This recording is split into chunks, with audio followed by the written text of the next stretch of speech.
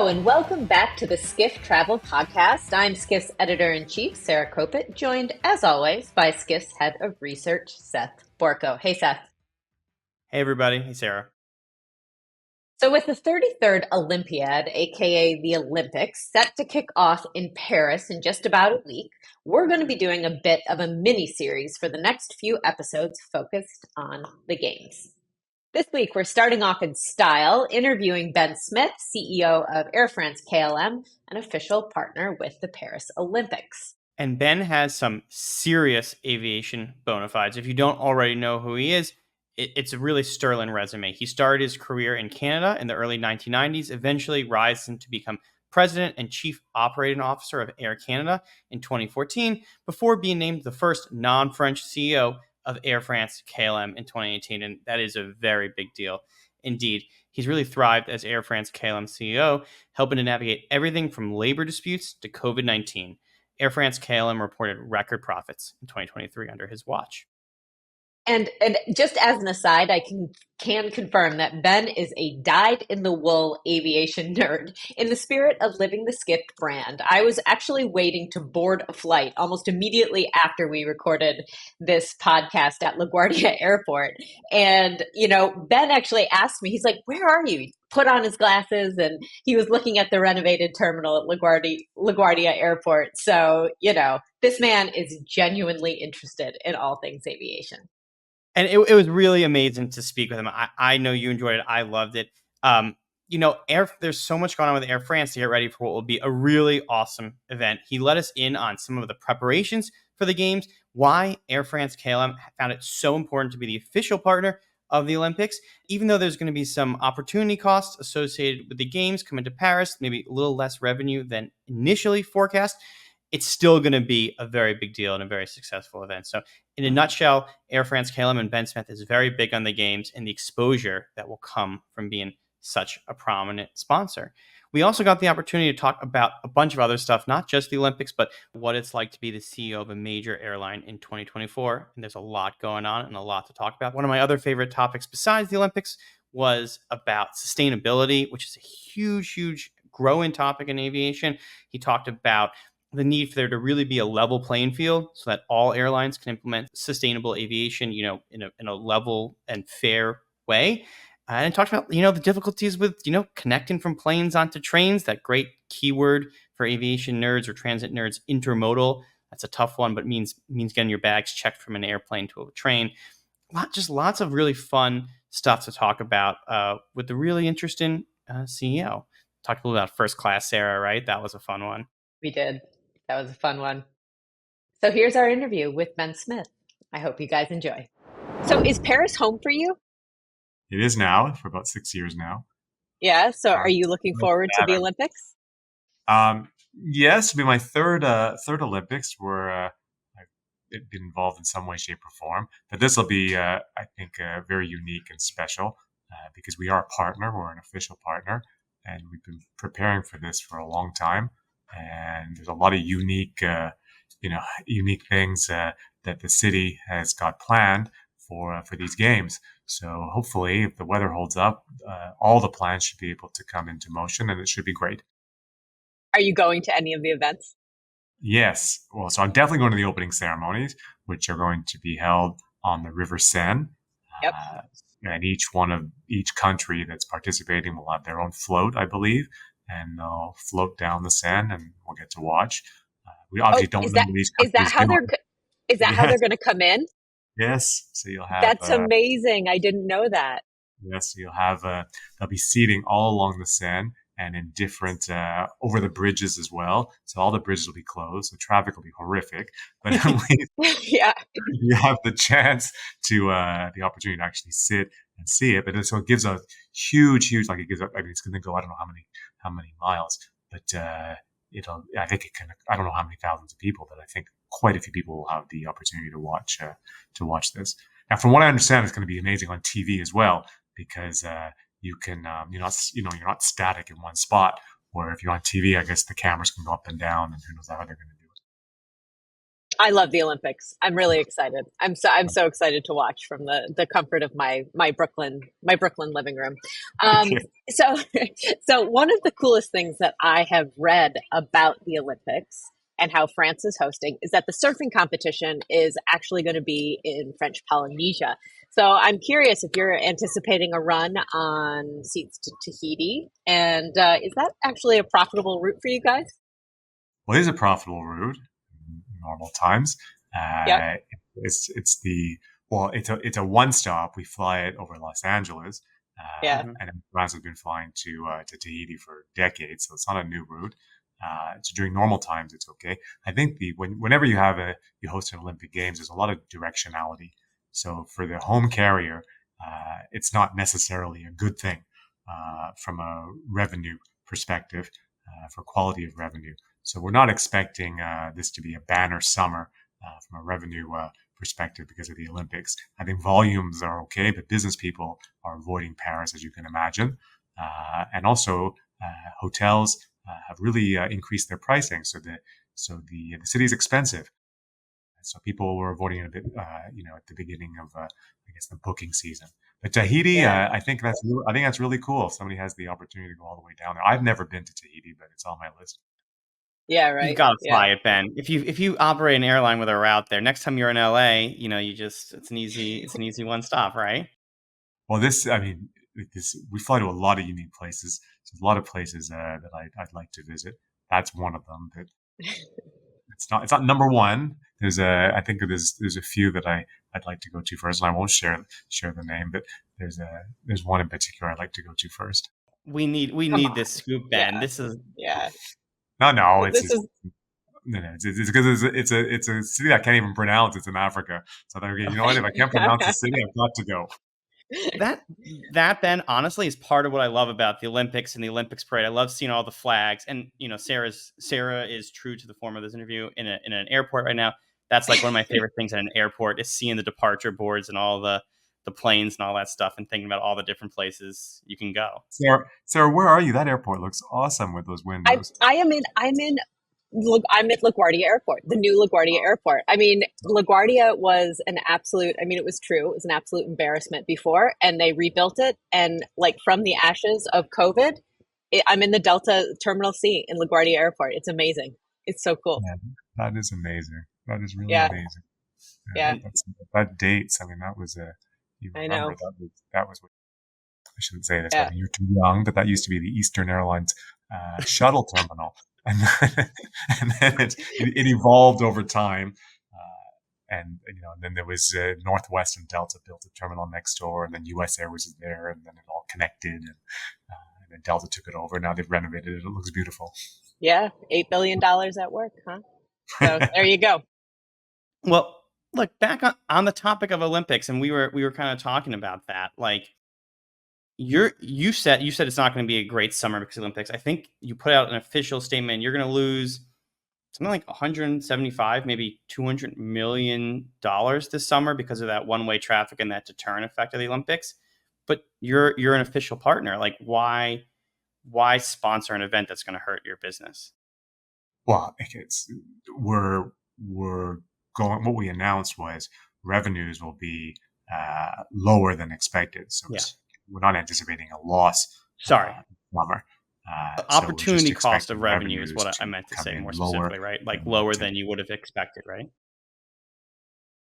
Let's say yields. As I said, the business traffic is avoiding Paris, and is avoiding Paris not just during the Olympics, but prior to the Olympics and after the Olympics. And we didn't expect that to really to that for that to be the phenomenon. But we were an official sponsor because the exposure is. I mean, there's going to be billions of people looking at these games, and we're based here. We have France in our brand. We fly all over the world. It's a unique way to get our brand out. So we're very happy to be sponsors. It's a it's a once, at least for me, it'll be once in a lifetime opportunity because the games haven't taken place in France in I think 100 years. Yeah. So we've heard a lot from, tourism ministers, other spokesmen for the games that, exactly what you're saying. There will be a bit of a deterrent effect um, on Parisian tourism during the games, and that France and and Paris are playing the long game here. I've Seth and I were talking yesterday. We've heard that they're going to play the beach volleyball right in front of the Eiffel Tower. So there'll be shots of the Eiffel Tower while beach volleyball is going on, which honestly sounds absolutely incredible to me. But the fact that tourism and the hotels don't seem to be booked probably as quickly as they have been, or a lot of the numbers that we're seeing coming out, I'm wondering if you're feeling like it has been disappointing to see how kind of like how the numbers are shaping up as we're getting into the final weeks here. No, I think maybe to put it in perspective, I mean, last year was just unbelievable. Last summer, I mean, it's just, Yeah, I mean, Paris. I mean, France is the number one inbound tourism market in the world. So you're starting from a very, very high bar. And last year it just blew it out of the water. So yeah, hotels, restaurants, I mean, we were able to see yields that we've never seen. So this year is not a bad year. It's just not, it's coming in a little bit lower than we expected. I mean, this is going to yeah, be an amazing, amazing event. Like amazing. I mean, the Olympics are absolutely fantastic. It's an amazing city. I hope you could say we're an amazing airline. So we're super. I mean, yes, we're a little disappointed over some of the forecasts that we made, but to put it into total perspective, we're really, really excited. Like really excited. I think anybody who has the chance to participate is going to have an amazing time. I mean, because like what they're saying, like the two other games that I participated in, the atmosphere in the cities that are lucky enough to host the Olympics, it's magical. It's very, and you have the entire world watching because they've got their own team there. Team USA is going to be here. They're going to be by our partner Delta. They're the official USA partner, so we've got them as well. And you guys, I'm sure, will be rooting for all your favorite stars or your players in the different sports that you follow. And everyone's got their own sport. It's amazing. yeah, So a bit of long term gain, and we won't even say short term pain. We'll say short term lesser than initial forecast is the Yeah, keyword, right? Not quite the slogan, yeah. but It's still strong. no, but from a and what this is going to do for France, for Paris, for ourselves. Yeah, it's going to be all positive. Well, actually, can I ask a little bit about that? I mean, Paris, like exactly to your point, like Paris is already the number one tourist destination in the world. It's an incredibly busy city. You, of course, run Air France and KLM. Amsterdam has long term been a very busy city. We're seeing like a bit of pushback against over tourism and mass tourism. We saw this protest in Barcelona. We saw government is limiting slots at Amsterdam's airport. It's Schiphol, right? I sound Right. like a if I say Schiphol, I sound like I don't know what I'm talking about. No, no, It no, no. It is. It's a Dutch name, so I think everyone can pronounce it however they want. And unless you speak Dutch, you're not going to get it right. So it's not. I don't speak Dutch, so I'm sure I mispronounce it all the time. but the bigger question is this: is over tourism? Yeah, we'll give everyone a pass on their Dutch on this podcast for this podcast only. But the bigger question is over tourism like an existential threat to your business? Like, can you continue to grow at Charles de Gaulle and at Schiphol as hubs, or are those guys come into capacity? Well, okay. Well, CDG Charles de Gaulle has still a lot of excess capacity. It's the only major airport in Europe that still has capacity. There are four parallel runways here. We've got just under 500,000 movements, and this is unconstrained. To give you an example of the busiest airport, well, in the European area, since they're not Europe anymore, but London, at Heathrow, they're just under 500,000 movements with two runways. So Yeah. you can imagine how much room there is to grow at CDG if demand continues. Amsterdam, there is a cap on movements, 500,000, which is being contested, and there's an effort to reduce noise around Schiphol. But when you look at the challenges that we see, we've got at quite a few airports, Schiphol in particular, big pressure to reduce noise impact. So we're refleeting as quickly as we can. That has the biggest, quickest impact. We don't want to get caught in a political game where you say, okay, less flying and bring less noise. I think it's quieter airplanes that should be able to do that. And, the government has an aspiration to bring down noise levels by 20, 25%. in the short to medium term, and all the new technologies. So 320 neos or 787s, A350s. Yeah. The noise levels are about 50% below. So we think we can handle that. In the Netherlands, we're not seeing a big pushback from a tourism, over tourism. In France, it's the same thing. There are obviously some lobby groups that are not pushing for more tourism. It's more on the environmental front that we see the challenges taking place here. It's putting taxes or charges onto our industry that we may not have seen in the past, and putting restrictions around the way we operate. What do you call it? You have curfews for noise, that type of thing. Stick around. We will be back for more of our interview with Ben Smith after this break.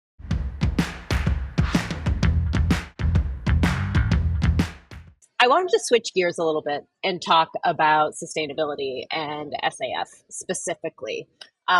It's wildly expensive. It's hard to find. It's hard to produce. And I'm just curious, can you possibly rely on this for your sustainability initiatives and still make money? I think that's like the $1 million question, right? Yes. I think it's going to be a huge, to decarbonize our industry is going to cost a lot of money. I think everyone's been able to identify what it will take to get to net zero, but it's how quickly and at what price. The way we look at it was, okay, the price will be what the price is. It'll be via new technology or via new fuels, and what percentage that'll be between the various methods for us to decarbonize. But what's most important to us as a European-based carrier is that we're on a level playing field. We already have, like U.S. carriers, we already have a lot of disadvantages over Gulf carriers or some other jurisdictions. So if we can get confirmation and comfort that our decarbonization efforts and the pressures put on us to decarbonize are going to be done on a level playing field.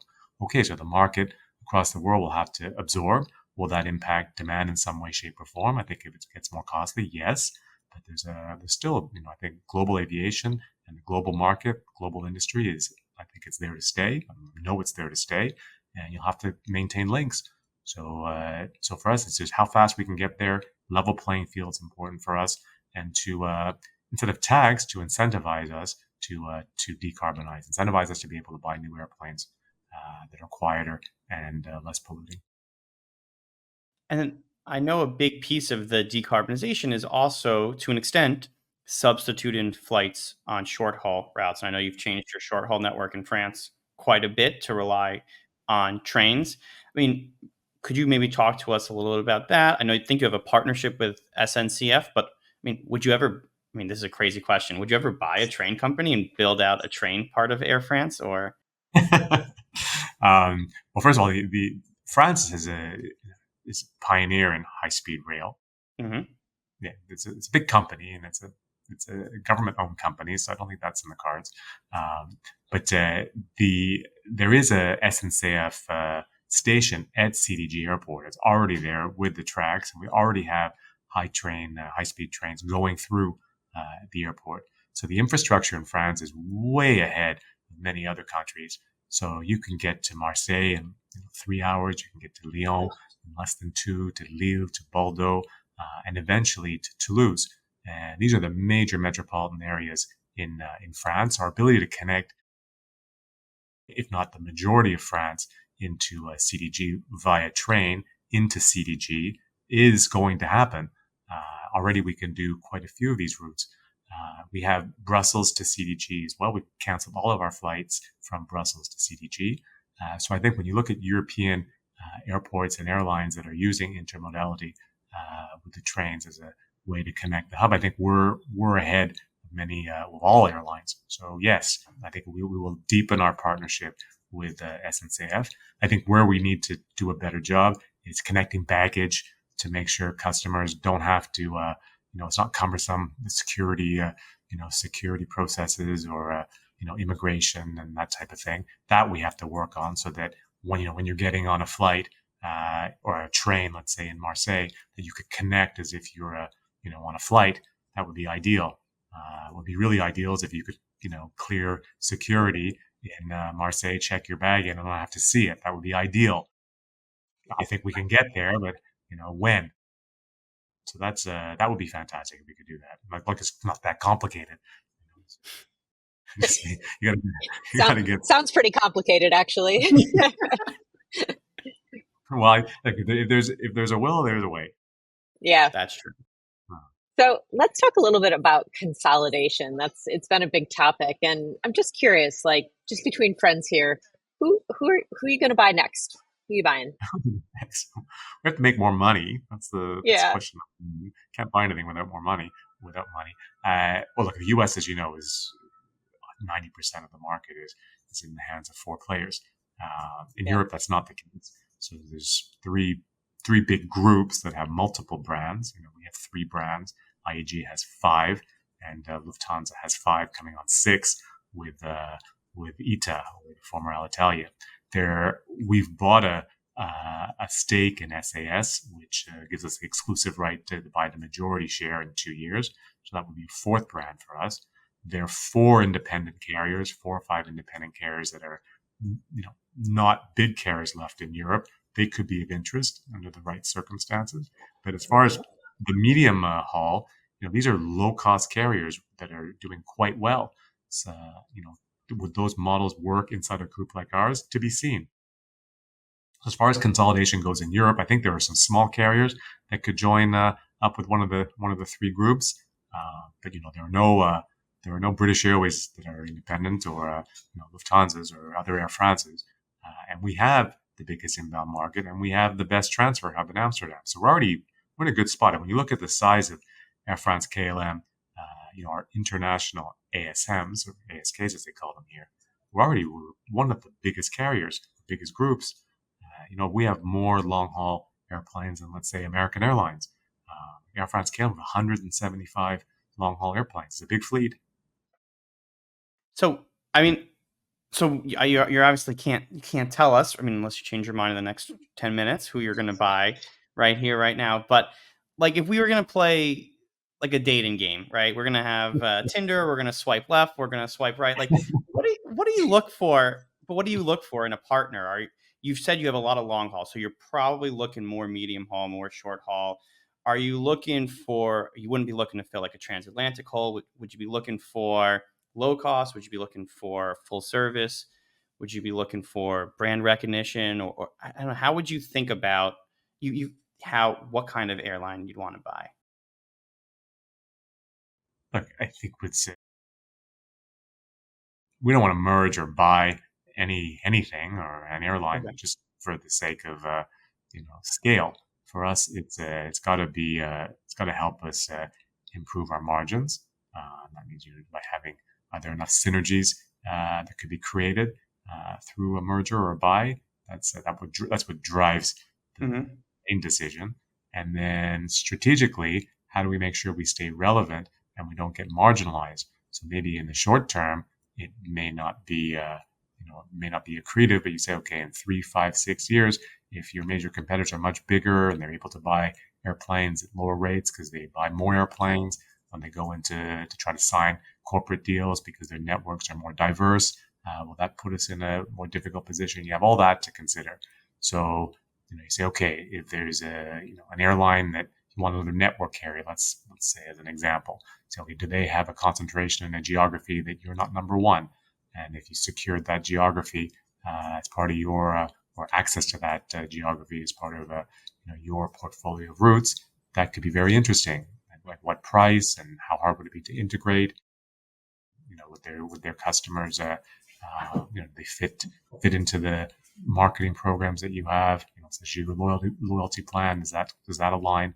No, and does it have to be in Europe? You can look at some of our competitors. They bought interests or they bought airlines outside of their Yeah. home continents. So it's not just in Europe. So It. there's an interesting I mean, option.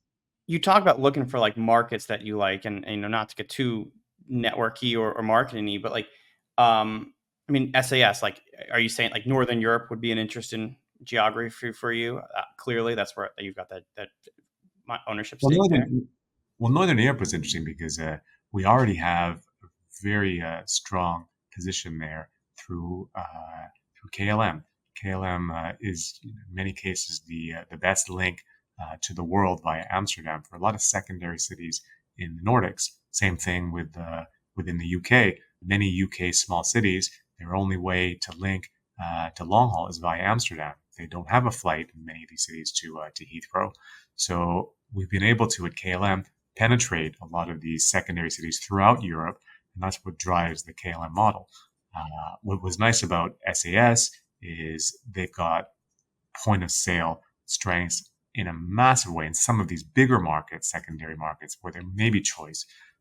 And they had the airline was underperforming for many reasons. One of them was because they were not part of a transatlantic joint venture. And we really like them to join our joint venture with Delta, which we think can add a lot of synergies for both for both KLM Air France and for SAS. So different reasons. So the Nordics, of course, we think there's a big opportunity there for revenue, taking revenue away from our competitors, and for improving our hubs. I'm curious about the Nordics. We've seen a lot in the press and heard a lot of coverage this summer, especially about how climate change is making it so much harder to visit some destinations, see the European heat wave. There was the tragedy in Mecca. But the Nordics, on the other hand, we've seen a lot of talk about how that might be a next big destination, especially in the summer because it's cooler up there. Do you buy that? Do you think that's actually a legitimate trend, or something that you think passengers will actually open their wallets and fly and go to the cooler climates in the summer? And are you planning around that or strategizing for a possible Scandinavian boom in the summer months? Look, I don't think we're going to have a boom per se based on what you just described, but no, we do see growth and we do see people that are more interested. Obviously, it's a fact that there is slow global warming. We see that, but here, certainly, we're not going to say this is it's perfect science. Here it's been an awful summer, freezing. Yeah. You certainly don't need air conditioning here this summer. But no, I think it's for many reasons Scandinavia is becoming more interesting for inbound tourism. And I think you're right. I think you see what's happening in Greece. I think you see certain areas that have historically been very popular tourist destinations with global warming. It'll be a little. It may not be as attractive for some as it would have been in the past. I, for one, am very excited about my Delta flight from LaGuardia, or not from LaGuardia, my Delta flight to Charles de Gaulle, then on to Trondheim, Norway, for this vacation. Okay. And so why did you choose to do it? I want to do it, but it just looks beautiful. It looks gorgeous, and in the summers it looks amazing. And I want to get up to the Arctic Circle. That's my goal. Well, in the summer it's daytime all day and all night. So that was a surprise for me. It's going a bit crazy. Yeah. When is it going to get dark? Yeah, exactly. You don't get that in New York. No, we get dark here. One of the things we were talking about, Sarah and I were prepping for this, we were talking about it. Neither of us have ever flown first class. So we've flown business, when we're lucky, or when I'm lucky. Sarah maybe a little more than me, but never first class. But you've got this this new La Premiere cabin that you're redesigning, right? And that's going to be basically a first class product. It's not new, so it's not new, but you are relaunching it, right? Or have relaunched it. Yeah. So Air France has had a first class, or the French translation for first class is La Première, and so Air France has had a La Première cabin for decades. So going back, it even sounds fancy when you say it like that. Well, it's very fancy. It's very it's absolutely the best, and so much so. We've put an enormous effort into maintaining its exclusivity and ensuring that the experience from when you make your reservation all the way to when you pick up your bag, or when we deliver your bag to you, you don't pick anything up, is equivalent to a private jet experience. And a lot of airlines have not been able to deliver that, or not been able to in the minds of consumers, view that the brand that may want to put it in service can actually meet their expectations. So there's no more first class. Any of the U.S. carriers, they have not been able to charge what's necessary. Many airlines around the world have not been able to support it for many reasons. One, either the product is not good enough, or they can't keep investing in it, or they're located in a jurisdiction or a city that can't support it. Now, London Heathrow obviously is the biggest European financial market, so there is business there. There is in Tokyo, there is in Hong Kong. It's surprising that in New York, the biggest financial capital in the world, that none of the carriers are able to support. It's only the international carriers. And I can tell you, I mean, if you get the chance, if Skift starts making a lot more money and you guys can insist on flying La Première, that you can try all the products around the world, that ours is the best. And no, because think about it. We have the best wines, the best champagne, the best food, every single thing that's associated that we put into our La Première is absolutely fantastic. We have a Michelin star chef who runs our lounge in Paris. You want to spend, and we have a Sisley spa that's there, so you can come and have a massage. You can have a facial before you get on the plane, and you don't see anybody in the terminal. So you asked me the question, new product. So we're bringing out a new product in December. It's going to be much bigger than the one we have today. It's going to be a separate seat and a separate bed. So you'll really have space of a lot of space. Be very, very spacious, and we have a lot of customers for environmental reasons who have access, or they own a private jet and say, I don't need to fly it today, or I can't justify flying half the way around the world. I'm going to buy a La Première ticket, which is, it's very expensive, but when you compare it to a private jet, it's reasonable. And some people, no, but this is true. They may have to go with a colleague or somebody that they don't want to talk to for 14 hours. And you can That's fair. you can create this 100% privatized space from floor to ceiling. You don't have to talk to anybody, and you have enough space. So you know what? If you we're going to actually have a big reveal in December, so we'd be happy to invite you to come to that. Well, Seth. Yeah, and we'll be showcasing all of our food, everything we have to drink. I won't tell Rafat. You can really enjoy yourself. There you go. There you go. It's a deal. We're there. Okay, we're all there, and we'll make sure that you have a really good time. And I'll try to pronounce all the products we have. Us non-French people. See if we can there we go. not just destroy the names or the words. Well. Speaking of that, so when we were prepping, last question for you here. I was curious. Do you have a different personality when you manage all of these teams? Because we were thinking of like the cultures between, the different culture of France versus, perhaps, the KLM side of what you do. We were just very curious about how it is blending all of the different kind of aspects of your job when you're doing it. And the way we're set up here is these are two national carriers. So the national carriers in the U.S., there were never any national carriers in the U.S. because they're always all private. But the flag carriers, or the de facto flag carriers, Pan American or TWA, and they don't exist anymore.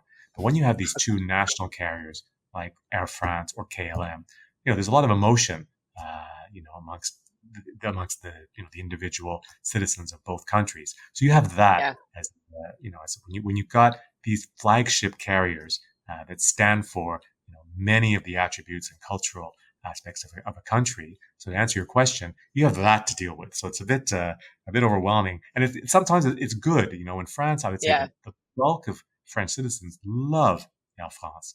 They love the SNCF, even though they're not always reliable, or maybe on strike. But these having that kind of support is really special. And so we're when you have these different brands, so Air France and KLM, they're actually owned by the same company.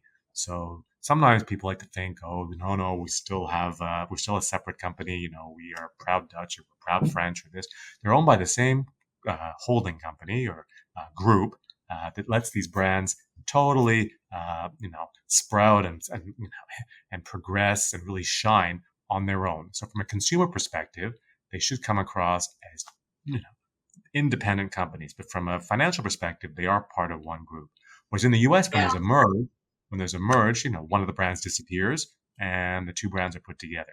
That's not what happened with us, and the same with all the carriers at Lufthansa Group or IAG, same thing.